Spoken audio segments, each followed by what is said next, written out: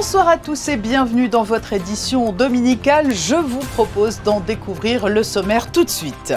C'était la fête du rugby hier soir au stade Prince Héréditaire Jacques avec la remise des Monaco Rugby Awards en présence d'un parrain très titré, Maxime Mermoz. Les Suricates de Monac n'ont pas démérité pour leur première participation au rallye Aïcha des Gazelles. Nous serons en duplex d'Essaouira avec Sylvie Bertrand et Céline Cotalorda.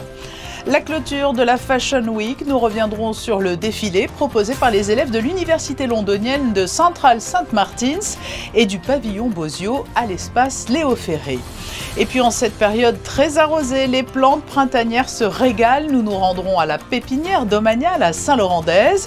Enfin, pour revenir sur les temps forts de l'actualité de la semaine, nous irons à Hambourg où la famille princière a inauguré jeudi un Monaco miniature au parc du Wonderland.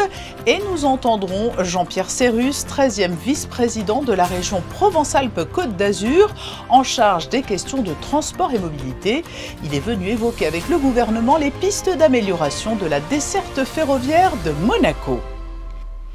Après le week-end dernier marqué par le tournoi Sainte-Dévote organisé par la Fédération de rugby et le tirage au sort du tournoi de qualification olympique pour la compétition de rugby à 7 des JO, Monaco s'inscrit toujours un peu plus comme une terre de rugby.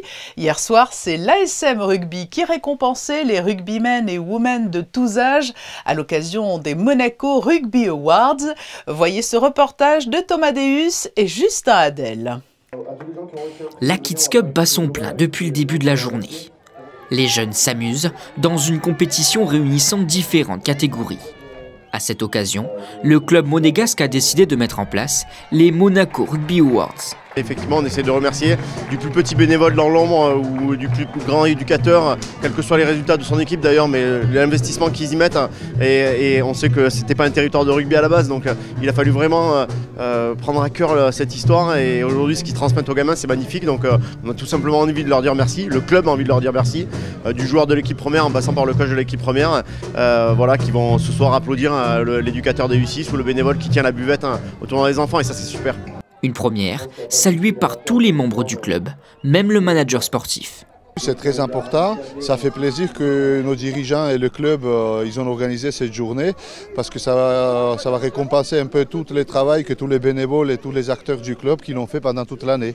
Et si toutes ces récompenses font plaisir, c'est surtout un moment très important pour le club. Une manière de se retrouver et de fédérer petits et grands. Ça crée de la vie de club. Ça fédère, ça permet de marquer le coup, de réunir les acteurs du club, que ce soit les partenaires, sponsors, les bénévoles, les parents et les joueurs. Et c'est vrai que toute l'année, on va dire, on court après les tournois, les entraînements. C'est un peu une course contre la montre. Et là, ça permet d'appuyer un peu sur le bouton pause et de réunir, que ce soit l'équipe 1, les jeunes et les moins jeunes. Donc c'est un moment qui est important dans la vie de club. Ces Monaco Rugby Awards sont surtout la possibilité pour le club d'inaugurer son nouveau lieu de réception et sa salle de sport. Des infrastructures nécessaires, car oui, le club grandit de plus en plus. L'équipe 1 s'est d'ailleurs qualifiée pour les 16e de finale. Rendez-vous au stade Prince Héréditaire Jacques le 12 et 19 mai prochain. Le coup d'envoi de la Transat anglaise a été donné cet après-midi à Lorient, cap sur New York pour les participants, dont Boris Herrmann, le skipper de Malizia Sea Explorer. Il s'agit de la doyenne de la course au large. Elle revient après 8 ans d'absence, Covid oblige. Une course musclée au niveau des conditions météorologiques, attend les navigateurs. Nous la suivrons puisqu'elle va permettre notamment à bon nombre de marins de décrocher un ticket pour le Vendée Globe. Une aventure tout à la fois humaine et sportive à présent. Nous les avons suivis tout au long de leur préparation. Les Suricates de Monac sont allés au bout du défi qu'elles s'étaient fixé, participer et terminer le rallye Aïcha des Gazelles. Et si l'épreuve s'est révélée particulièrement difficile, elles s'en sont très bien sorties pour une première participation. Bonsoir mesdames les Suricates de Monac. Bonsoir. Bonsoir. Quel est votre état d'esprit là, à chaud, l'une et l'autre, après ces intenses journées de compétition?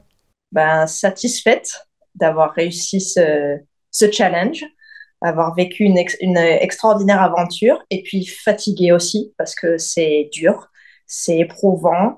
et puis fière aussi un petit peu. Et vous, Sylvie? Oui, oui.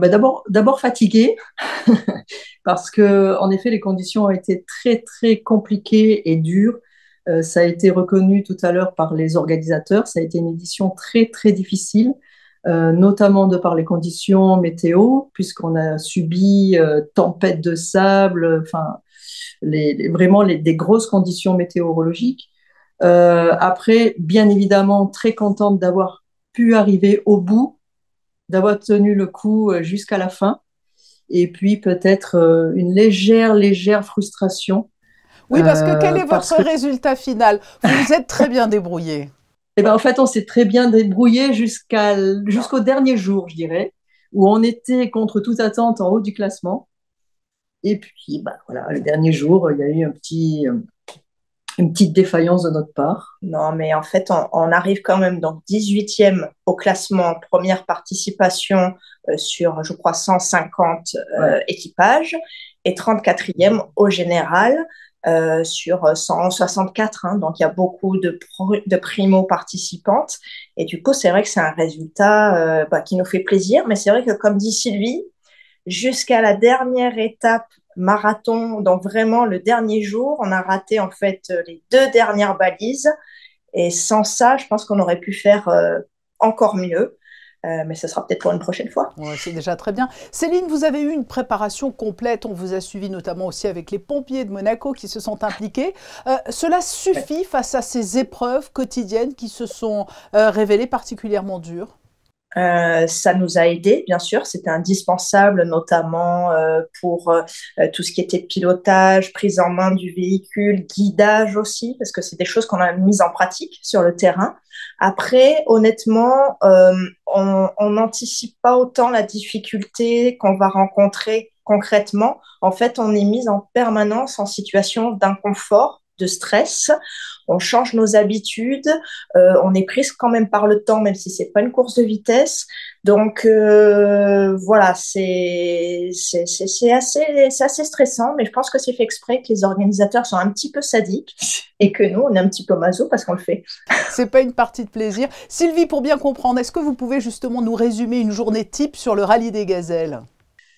C'est réveil à 5 heures du matin, briefing à 6 heures, départ à 7 heures et rentrée à pas d'heure. Voilà, grosso modo. Et c'est presque oublié puisque ce matin c'était la fête à Essaouira. C'est une grande famille qui se quitte?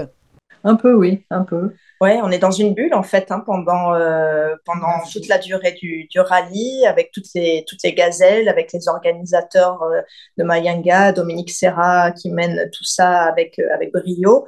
Et voilà, on est coucounés entre guillemets, hein, puisque c'est pas facile. Mais en tout cas, on est dans notre petite bulle. Et là, ce matin, c'était vraiment aussi super sympa, l'arrivée sur la plage à Essaouira, vraiment, enfin, très festif. Oui. Et que va devenir le 3e élément des Suricates de Monaco, la voiture? La voiture va repartir d'Essaouira avec son loueur, puisque nous allons la quitter tout à l'heure, dans 1 heure justement, et nous rentrons en avion. C'est-à-dire qu'en fait, les véhicules sont prêtés d'édition en édition. Il y a un parc déjà de véhicules existants? Il existe des loueurs officiels reconnus par les organisateurs. Après, on est libre de faire appel à eux ou pas. Nous, on a choisi de faire appel à eux parce que le petit avantage, c'est que, étant loueur officiel, il a le droit d'être sur place au bivouac et donc il prend en charge ses propres véhicules et il les remet en état pour le lendemain. Céline, à titre personnel, que retiendrez-vous de cette aventure? Que c'était dur, long, éprouvant, mais que ça pousse à se dépasser. Ouais. Et je regrette vraiment pas de l'avoir fait. C'est un projet d'un an, hein, de plus d'1 an, puisqu'on s'est lancé dans l'aventure en créant l'association Suricates de Monaco, parce que derrière, il y a ce projet humanitaire avec la fondation Panzi. Donc voilà, c'est la fin de quelque chose, mais c'est aussi une super aventure, et voilà, vraiment, je regrette pas du tout d'avoir fait. Et pour vous, Sylvie? Je dirais en premier, c'est le dépassement de soi et c'est aussi la découverte de soi en situation extrême. Le mot de la conclusion, prête à repartir ou pas? Ou lancer un nouveau défi? Alors, pas tout de suite, et peut-être un nouveau défi. puisque sur ICAT de Monaco s'arrête pas et que l'année prochaine, en fait, c'est une action par an humanitaire. Donc, on réfléchit déjà à la prochaine. On a peut-être une petite idée, mais bon, on va se laisser quand même le temps de digérer tout ça. Voilà, jusqu'au prochain défi. Merci Sylvie et Céline d'avoir été avec nous pour revenir sur cette belle expérience. Merci Patricia. Merci Patricia. La Fashion Week monégasque s'est déroulée tout au long de la semaine et c'est un défilé prometteur qui a été présenté en clôture vendredi.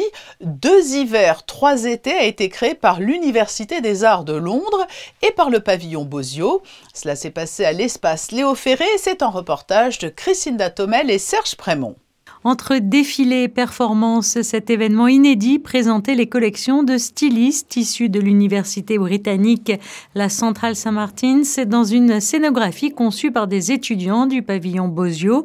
Un défilé particulier qui a séduit les spectateurs malgré son côté fin du monde. Et c'est plongé dans le noir que cette collaboration entre les 2 institutions a pris vie dans l'antre de l'espace Léo Ferré. Donc on s'est rapproché de Central St Martins, qui est l'école d'art de Londres, qui est très réputée internationalement pour son département stylisme. Et on est allé les voir en décembre, on a rencontré 7 stylistes de Central St Martins. Ils ont chacun produit 6 silhouettes, donc il y a 42 modèles qui ont été transportés à Monaco. Et avec tout un tas d'aspects en fait, du défilé, les aspects traditionnels du défilé qu'on a essayé de déjouer. Et donc vous verrez que ce n'est pas un aller-retour sur un podium, mais qu'il y a des actions, il y a des performances, il y a des événements lumineux, sonores, etc. qui ponctuent toute la pièce. Ce sont ainsi plus de 100 personnes qui ont œuvré sur ce projet. Sur scène, les mannequins évoluaient dans un décor sauvage, une lande minérale aux sonorités brutes, comme pour faire écho aux collections présentées.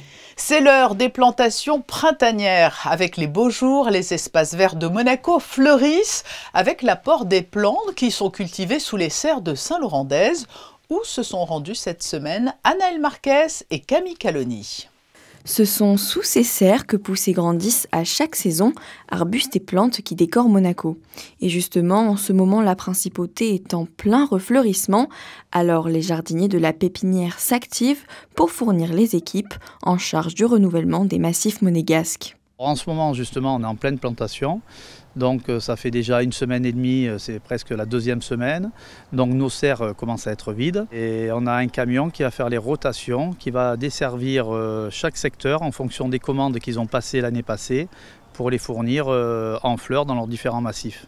Depuis près de 50 ans, Monaco cultive donc ses propres plantes, mais pour la première fois, les équipes ont dû s'adapter aux températures de plus en plus élevées et aux risques de sécheresse. On a une grande variété de plantes. Là, on a des plantes principalement d'été. Mais cette année, exceptionnellement, on a fait un essai à cause de la pénurie d'eau de l'an dernier. On a essayé de regrouper 2 fleurissements en un seul. Donc on a éliminé toutes les plantes qui nécessitaient trop d'eau.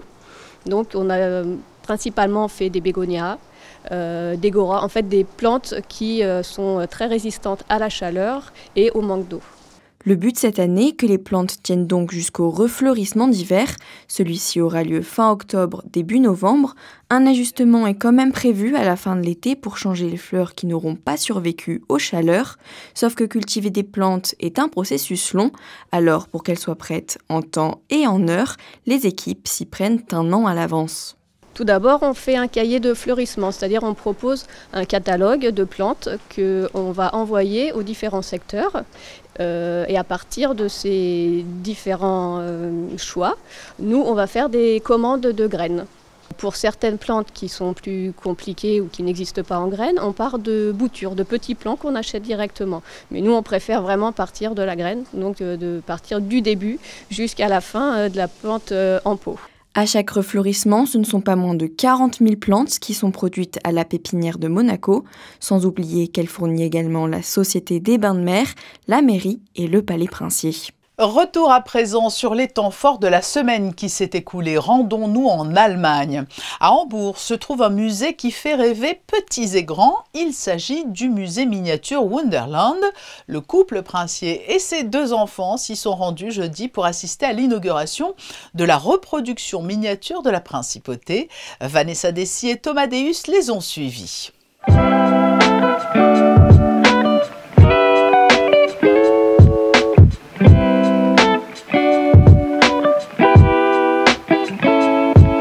Elle est l'attraction la plus fréquentée d'Allemagne. Le musée Miniature Wonderland vous permet d'explorer le monde de jour comme de nuit, tout un univers réaliste au format miniature. Avec le plus grand réseau de modélisme ferroviaire au monde, le Miniature Wonderland offre plus de 1000 trains, 130 000 arbres, plus de 260 000 figurines, près de 9500 voitures et 4000 maisons. C'est un véritable univers fascinant qui transporte les visiteurs à travers des paysages spectaculaires, des villes animées où se cachent des scènes détaillées.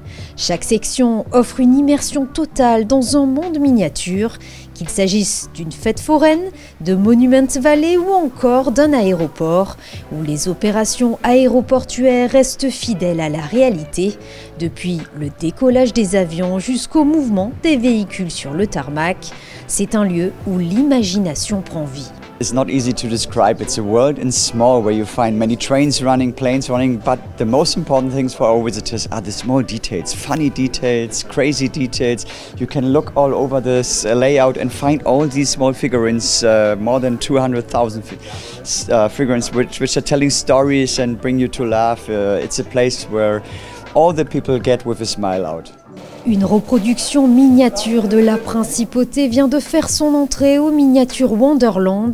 Après près de 6 ans de construction, Monaco est le 12e pays à avoir intégré le musée. Le fondateur a beaucoup voyagé avec sa famille. Chaque été, il se rendait en principauté durant le Grand Prix de Formule 1. Aujourd'hui, il réalise ainsi son rêve d'enfance. Monaco was not easy to build because many people know Monaco, so they have pictures in their mind. So we have to build very clear and perfectly. So it took very long to make the plans, but of course to decide we want to build the Formula One. So as we decided to build Formula One, it was crazy. It took so long to build this technique. It's never seen in the world, so it's new for us, but for our visitors as well. La section monégasque a été construite sur 36 mètres carrés sur laquelle nous pouvons observer le port, le palais princier, le casino ou encore le musée océanographique. Ce ne sont pas moins de 304 maisons, 7000 figurines, 4000 arbres, 300 voitures et 175 bateaux. Il s'agit d'une reproduction de la principauté à échelle 1/87e, c'est-à-dire 87 fois plus petit que la réalité. Des représentants du Conseil régional Provence-Alpes-Côte d'Azur étaient à Monaco jeudi. Parmi eux, le vice-président en charge des questions de transport. Ils ont été reçus au ministère d'État pour évoquer notamment l'amélioration de la desserte ferroviaire de la Principauté. Nous écoutons le ministre d'État, Pierre Dartout, Jean-Pierre Sérus et Céline Caron, ministre de l'Équipement, de l'Environnement et de l'Urbanisme. Ce qu'on souhaite et ce que nous souhaitons en commun avec la région, c'est d'abord une amélioration, et nous avons des perspectives très favorables, une amélioration très nette de la desserte ferroviaire de Monaco par la SNCF et par les autres sociétés qui interviennent. Et nous avons enregistré déjà des progrès importants en la matière. Et nous allons continuer à favoriser cette amélioration. D'abord, il y a la relation entre les autorités organisatrices que nous sommes et l'opérateur qui est la SNCF. Et là, nous sommes sur la même longueur d'onde. Nous sommes très partenaires dans la façon dont nous allons encore demander à la SNCF et à ses filiales d'améliorer la situation, ponctualité, régularité. Puis nous travaillons ensemble. Nous avons d'ailleurs pris la décision de le faire régulièrement pour améliorer à la fois la capacité de transport par le ferroviaire qui est la colonne vertébrale de nos systèmes de mobilité, ici bien aussi dans la principauté de Monaco que dans la région Provence-Alpes-Côte d'Azur dans son ensemble. Et donc c'est là aussi ensemble que nous allons partager à la fois nos projets et puis, nous l'espérons, les solutions. On ne construit rien tout seul, nos territoires sont imbriqués. Le travail collaboratif de ce matin nous a vraiment permis de savoir où la région en était, de prendre la mesure du partenaire que nous sommes et surtout de se mettre d'accord sur des points de rendez-vous tous les trimestres pour travailler en équipe. Dans les premiers mois à venir, déjà une amélioration du service. Nous l'appelons de nos voeux et nous ménageons pas nos efforts depuis les dernières séances publiques où nous avions fait état de notre situation. Donc le service va s'améliorer, nous cherchons tous les moyens et nous mettons les moyens pour que ça s'améliore immédiatement. Mais ce qui nous importe aussi, c'est de construire l'avenir, et l'avenir avec les nouvelles connexions, de faire en sorte que d'expliquer aux gens ce que nous construisons et comment nos financements sont utilisés, tant pour la région que pour la principauté. Des propos recueillis par Christine Datomel. Les travaux de reprofilage de la plage du Larvoto se poursuivent. Ils doivent s'achever à la fin de la semaine. Anaëlle Marquez nous explique en quoi consistent ces opérations. Avec l'arrivée des chaleurs et de la saison estivale, la plage du Larvoto se refait une petite beauté.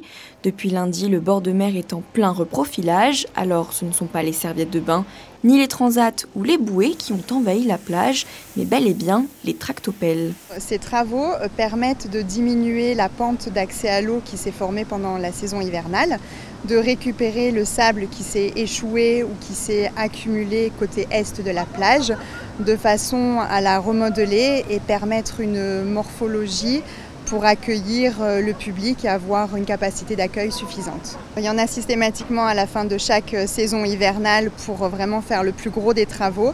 Et ensuite, il y a un entretien quotidien qui sera réalisé pendant tout l'été pour éviter justement que cette pente ne se reforme.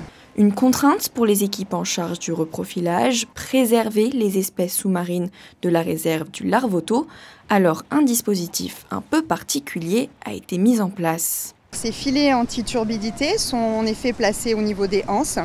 Ils sont doublés de manière à éviter que les sédiments, qui sont des dépôts de matière générés par les travaux, n'aillent se déposer sur les herbiers de Posidonie et servent de manière générale à protéger la biodiversité attenante. Le temps du reprofilage, la plage reste partiellement accessible selon les zones où les engins se trouvent, mais pour des questions de sécurité, la baignade est interdite. Les travaux devraient prendre fin le 3 mai prochain. Et pour profiter de la plage lorsqu'elle sera complètement rouverte, il faut espérer de meilleures conditions météo que celles que nous avons actuellement. Et l'heure n'est pas pour l'instant à l'amélioration, Justin Hadel. Effectivement, Patricia, la journée de demain sera identique à celle d'aujourd'hui, même si le soleil sera un peu plus présent. Beaucoup de brouillard, des nuages, mais aussi 30 km/h de vent sont attendus. Et concernant la température, il fera plus chaud, 16 à 22 degrés en milieu d'après-midi. Profitez-en, car l'ensemble de la semaine risque d'être perturbé par de nombreuses intempéries. La mer reste de son côté stable, avec une température fixée au 16. Le soleil se lèvera à 6h22 et vous pourrez admirer le coucher de soleil à 20h32. En ce lundi 29 avril, nous fêterons Sainte-Catherine de Sienne.